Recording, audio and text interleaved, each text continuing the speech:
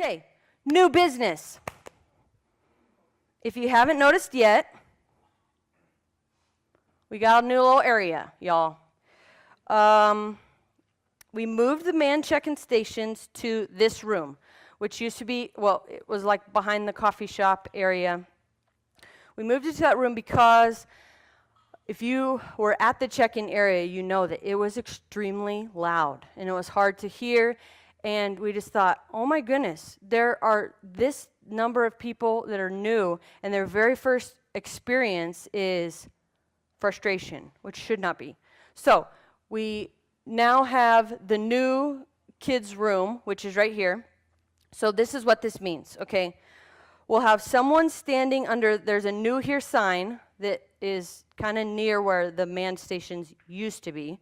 It's a new here sign. We'll have someone standing under there saying, new here, talk to me. It's a little bright orange vest. Julia did it yesterday. She did rad. Then that person will welcome them and direct them to this room so they don't have to search for it. In that room, we have water, some toys for the little tiny kids that can't wait, and new visitor bags if they're brand new people. And then also in the new visitor bags, like each family can have an orange cup. So if you're doing check-in volunteer, everyone should know this, just so we all know what's happening, so you can help out families, and also if you ever volunteer in check-in. But if you're doing check-in, also then you'll just tell them, hey, you know what, if you want to go to the visitor center either after service or before, after, right? If you want to go to the visitor center after the service, you could get a tour, or you could talk to someone else a little bit more about it, because occasionally, as you're checking in people, you might not be able to chat a ton. So just make sure you tell them, hey, you know what, you can go back. Or you can also talk to them while you're walking them to their nursery or downstairs or wherever. When you're adding a new family, we need to make sure we start adding their address. We were already adding kids' birthday, but we need to add their address, kids' birthday, and the gender. We need to make sure we add the gender. We sometimes don't do that because it seems obvious, but it is not obvious. There are tricky names out there. And so add the gender. Address, kids' birthday, kids' gender. So we need to start doing all of that. Okay, if there are not others in line, then the volunteer can go down, greet the family, give them the visitor bag, the water, etc. Be as hospitable as you can, obviously. If they have a kid in kindergarten through 6th grade, we have lanyards that they will wear that says, what's it say? New friend. Says new friend on the lanyard. On the back of it, it says, if you bring this badge back, you get a free trip to the candy shop. So you want to encourage them to bring it back. Then they'll wear that when they go down so that all of the volunteers downstairs can see, oh, they're new. And then the kids can know and everyone will know. Eventually, hopefully, we are not here currently, but eventually we're hopefully going to start adding games, and then the team with someone with a new visitor gets a super big bonus, so everyone will want to be on the team with the new kid. So that's hopefully coming, it's just not yet. But anyway, the lanyards are happening, so make sure they get a lanyard. Also, the downstairs crew leaders have started wearing a colored lanyard every week. So also if you're check-in, but also if you're downstairs and anywhere, so that you don't have to remember, who's the kindergarten volunteer this week, because they change, or 1st grade or whatever. All you need to know is the kindergarten volunteer should be wearing a blue LED light-up lanyard. So if you're taking someone down and showing them where to go, and you're like, oh, Johnny, he's in kindergarten. This is his teacher. You don't have to be like, excuse me, who's his teacher? And then find someone to know his teacher. So that is also going to be happening. We also have a new nursery. Yippee! This means great things. This means we have 1 billion kids. Also, Also, this means that the age ranges for each room have changed. Every single room is a different age range. You probably knew this if you have a child. So this is kind of a janky little picture, but I just took it on the wall. But this is the new range of kids. It's actually a little bit easier to remember. It's a huge sign on the wall in case someone is curious. But also, each week, and this is also why birthdays are important in Plugged In, each week I move it up so that if they have their birthday on that Sunday, it should change and it should say, oh, now you should go to C. So the label should be correct. So when people are dropping off their kids, make sure that you're checking what room they should be in. I know that it is extremely tempting because you just want to be so nice to them, and we do want to be so nice to them. We want to make sure, though, that a few weeks ago, I went in and there were 25 kids in the nursery, and there were 4 kids in the D nursery. And I looked at the check-in, and there was like half. There should not have been 25 in the E nursery. So what happened is, however that happened, the poor little E nursery person got screwed. That's what happened. So I just want you to remember that the next time you're really tempted, you might be screwing over someone. So anyway, make sure, sorry. I don't know. I don't know who it was. Anyway, make sure that you're checking the tags. It is very possible, it happens all the time, it's very possible that the tag is incorrect. If the tag is incorrect and the parents, you know what, actually they really are 4.5, or they really are whatever, then we need to write down what happened is their birthday is incorrect. Or if they're K through 6th, we just need to write down what is correct. And then you give it to me. Every week I get a list of about 5 or 6 of kids that were like, oh, actually, they really are in 1st grade or whatever. And then I just change them. That way, slowly and surely, we are correct. And for the next year, we're not like, just keeps happening and happening and happening. So make sure that you're writing them down for me. That way I can, change it. That way it's frustrating for a parent if you like keep telling a volunteer and it never happens. If the mom says, actually they're in 1st grade, all you need to do, you can just mark it off 1st grade, and then they would go in their correct class because they'll be in there, forever. Because I do understand it is hard, especially when you go we change the age range to go from one new room to another room, and it is a little bit of a transition for a kid. So I totally get that. So to be in the right room the first time is ideal. Okay, next. This is where it gets so exciting. How are we doing? Oh, so good. Okay, there is an iPad on each table. Since there's no one here, maybe we could also use this table. This is what we're going to do.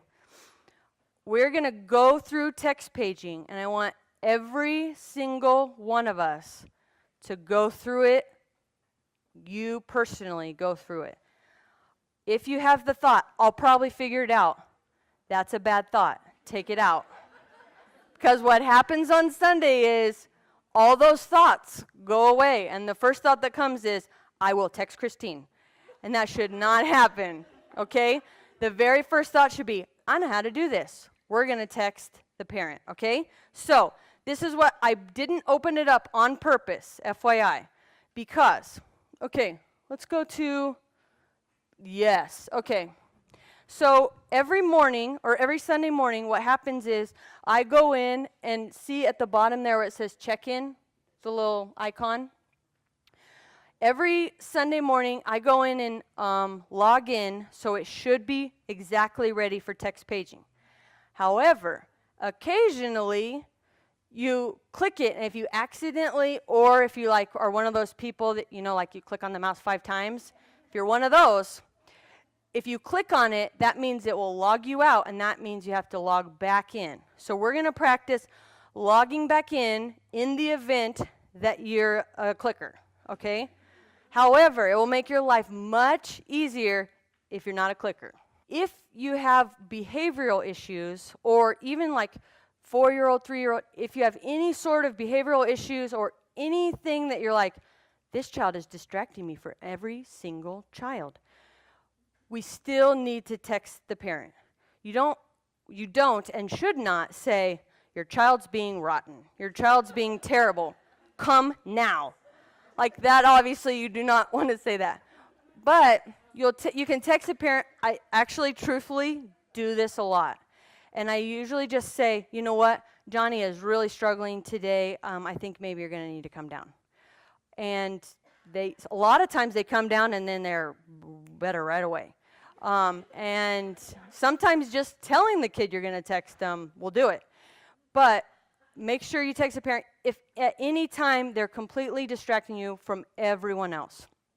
Okay, so click check-in. If you get to the screen and you're like, oh shoot, there's no check-in, I must text Christine.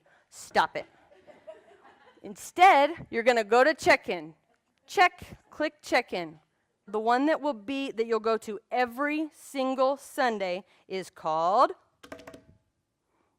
Kids Zone Sunday Morning Manned. So you'll scroll down, you find Kids Zone Sunday Morning Manned. Make sure you don't say self-check-in or it will not let you text. Kids Zone Sunday Morning Manned. Click it. The password is, it's like you're spelling Kids Zone, capital K-I-D, little Z-O-N 3. Get it? Okay. Then you just hit OK when it says like events, then you hit OK. Everyone at this, okay, go to the next screen. No, yeah, go to the next one. Everyone at this screen? Okay, so once you get to this screen, this is the screen that it should always be at. So if you're not a clicker, then you never have to worry about that first part. Then all you have to do is because the iPad will go to sleep. So when the iPad goes to sleep, you click it open and then swipe. And then it'll do this. If you click it, except for the one in B, you click it and then it says click the home screen. If it doesn't pop out automatically, then you can click the home screen. Swipe first, just in case, because swiping is always better. Okay? So you click the home screen to turn it on, swipe, okay? And then this should pop up. Then you're already there.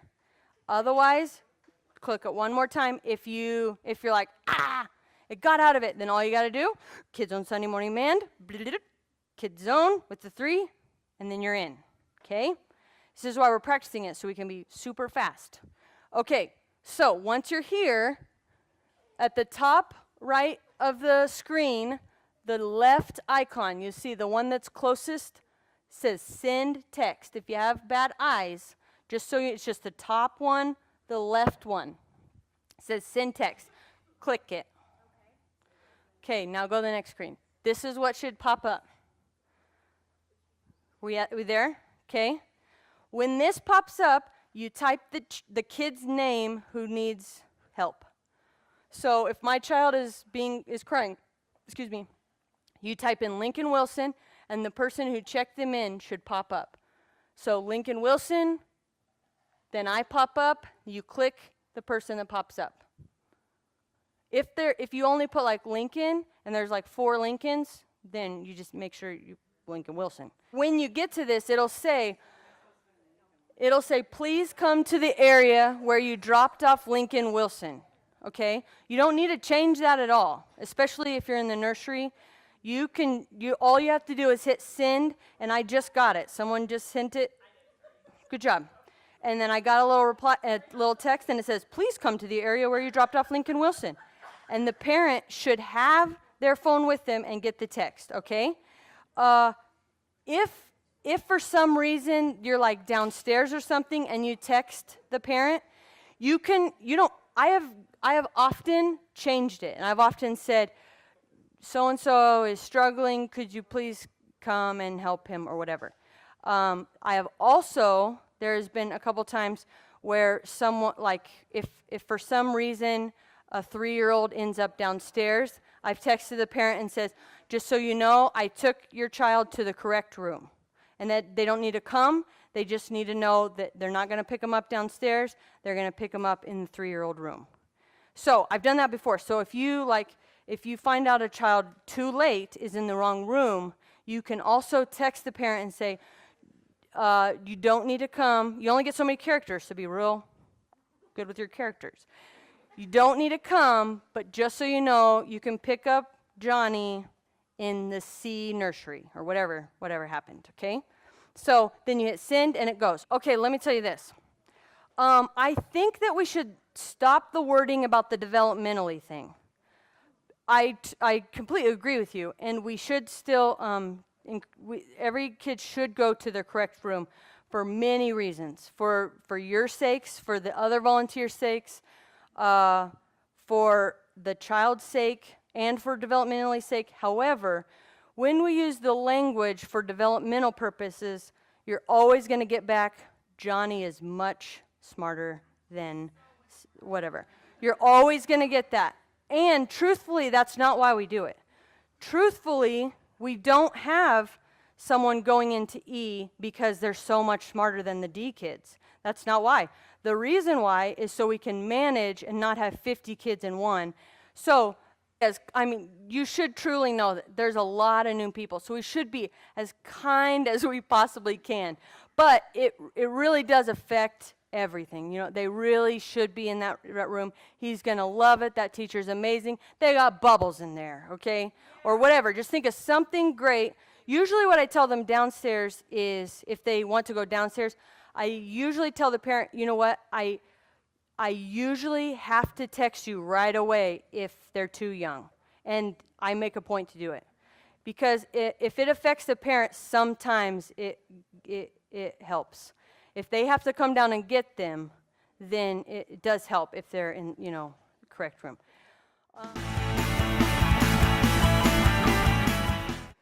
If that happens, you do it again, okay? And if it still doesn't happen, the third time, then you text the sound booth. Not till the third time, okay? So we also need to kind of continue the language of, when we first started check-in, it was like this haphazard thing, and now people just know, and they should know. So we need to make sure we start the language of, make sure you have your phone with you because you might get a text. Make sure whatever. Make sure you don't leave your phone in the car because you're going to get a text, etc. If there is a chance, and we've had people who have not had a phone, if that happens, then, like if you put Lincoln Wilson and no name pops up, that's the only time that you can then text the sound booth. How do you do that? Okay, so sound booth is the iMessage texting. Like, if you're texting someone, you click on that icon, and then you click sound booth. If you absolutely cannot get text paging to work, and for some reason the next line of defense is sound booth, then the next line is Christine or me. Occasionally, and I don't know if you're one of these type of people or not, but if you are, then hear me clear. This is one of those times that I'll talk really loud. Okay, not one time since I've been here at New Life have I ever gotten a complaint about a parent being paged. Not once. Never once. And we got a lot of crazy complaints. Of all the things, not one single complaint about a parent having to go back and get their child because they're crying, having a hard time, puking. Not once. Multiple times a week, we get complaints about parents who are not being notified. What happens is, sometimes this, and if this happens in your brain, I want to tell you this so that you can stop it, okay? Sometimes when you're in, let's say the nursery, for example, sometimes when you're in the nursery, you think to yourself, self, I'm going to be a very kind person, and I'm going to let them enjoy the entire service. And you know what? Their kid has been crying for 10, 12, 14 minutes, but I've got this. And you know what? You probably do. You definitely do. You got it. I would not have put you in the room if I didn't think that you 100% could handle 4 crying babies at once. I know that you can handle it. The problem is they don't care. They want to know. All of them. All of them want to know. They just want to know that if my baby's crying, someone's going to tell me, okay? If they're crying more than 10 minutes, you have to text the parents. You have to. A lot of times what happens is, well, the people who end up complaining are, what happens is they hear about it like their friend happens to be back there for another reason, getting another kid. Their friend texts and say, hey, did you know that your kid's been crying for a really long time? Suddenly, they're like, why has the nursery volunteer not texted me? This is what happens, okay? So every single time, I totally know you got it. Make sure you text the parent. Make sure you text the parent. Also, as you know, it's really a trickle effect. I mean, 1 crying baby, and next thing you know, you got 7 crying babies. So make sure you really, really do that. I feel like I need to say that 7 more times. So we totally got it. We got it? Okay, thank you. Oh, and also, not even just crying, especially crying, but also any sort of thing, naughtiness, puking, anything that is distracting you from everyone else, okay? Or if you're like, I just truthfully I cannot handle the child. If that happens, you do not need to feel bad at all. All you need to do, you still are kind to the parent. You still say, you never, ever, ever say, they were just terrible, obviously. But you still just text the parent and say, oh, they were just really struggling. You know, normally they're really great. I think next week will be really better. And even if they're crying, say, you know what? Usually it takes a few times. Next week's going to be better. It's going to be great. So make sure you do that. Lastly, blue books. They're on the table. I'm not going to go, oh, this is not lastly, sorry. Got your hopes up. The blue books are on the table. We're not going to go through them, but most every single thing that's extremely important is in the blue book. I did change a few things and added a few things. The blue books are our guides to volunteering. We shouldn't just read them, throw them away. Make sure you keep it and totally know what's happening. We're able to make positive change and life change when we're all on the same page. Even if we're all on really great pages, when we're all on different pages, nothing gets done. Nothing happens, nothing great happens. So we all need to make sure we're all on the same page and doing these things. Lastly, this really is the last thing. There are sheets on your table that say, who should volunteer in Kids Zone? Who should that be?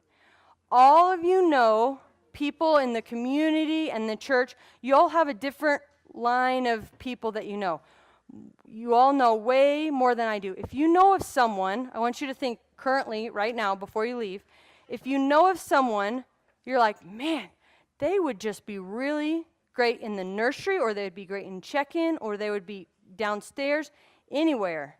You put their first and last name, and I'm going to give them a little call and say, you know what? Someone told me you were really awesome, that you should volunteer.